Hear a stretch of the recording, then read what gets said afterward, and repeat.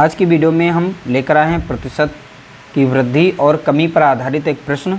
एक नहीं, इसमें दो प्रश्न हैं और दोनों के दोनों प्रश्नों को हम सॉल्व करेंगे। ठीक है, तो चलिए वीडियो को स्टार्ट करते हैं। पहला प्रश्न दिया गया है, किसी कर्मचारी का वेतन पहले 50% बढ़ जाता है और उसके बाद 44% घट जाता है, तो उसके वेतन में कुल कितना प्रतिशत परिवर्तन हुआ।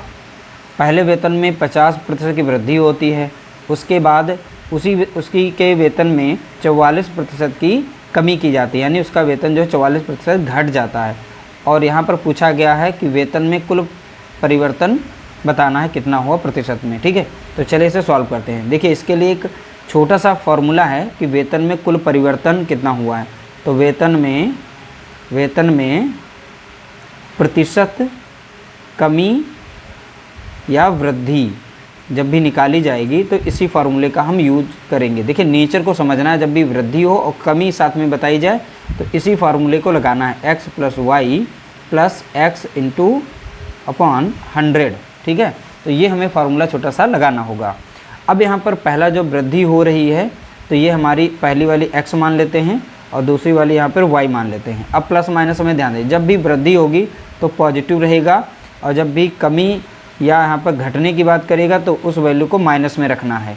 ठीक है, तो इस 50 को हम x की जगह पे रखेंगे 50 प्लस में, 44 को हम रखेंगे माइनस में, क्योंकि यहाँ पर 44% घट जाता है, कमी की बात कर रहा है, तो 44 यहाँ पर रखेंगे कमी को।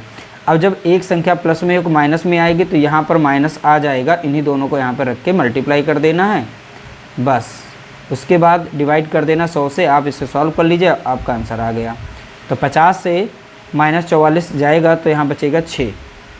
ठीक है, तो यहाँ पे 50 से कम 50 कटेगा, 50 दूना 100 कट जाएगा, फिर 2 से 44 को भाग देंगे तो ये 22 बार जाएगा। ठीक है, 2 दूना 4, 2 दूना 4 यानी 22 आ गया। तो ये 22 से कम 22 और इधर देखिए माइनस लगा हुआ है, इसलिए यहाँ पर माइनस का रहेगा 22 रहेगा।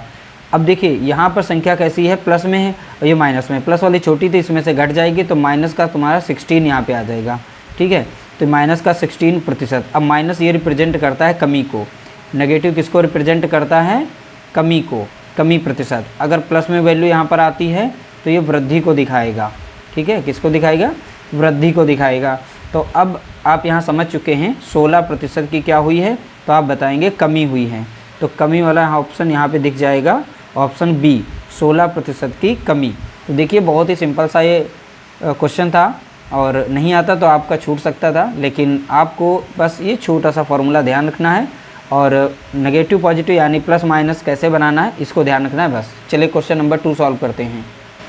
प्रश्न दूसरा दिया गया है। देखिए, यहाँ पर मोहन का वेतन पहले 50% बढ़ जाता है, उसके वेतन में 44% घट जाता है, तो 44 की जगह पर हम यहाँ पे 54% कर लेंगे। ठीक है, क्योंकि वैल्यू दोनों में सेम रखी हुई है, बशर्ते थोड़ा सा चेंज किया गया था, लेकिन चलिए हम यहाँ पे 44 की जगह पे 54 रखेंगे।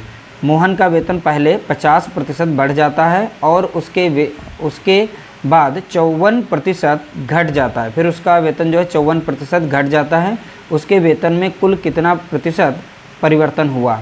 आप इसे बहुत ही फास्ट सॉल्व कर सकते हैं, बशर्ते पिछला वाला क्वेश्चन याद रखेंगे। देखिए, यहाँ पर बढ़ने की बात की, इसे x मान लेते हैं, बढ़ने की बात है तो प्लस रहेगी।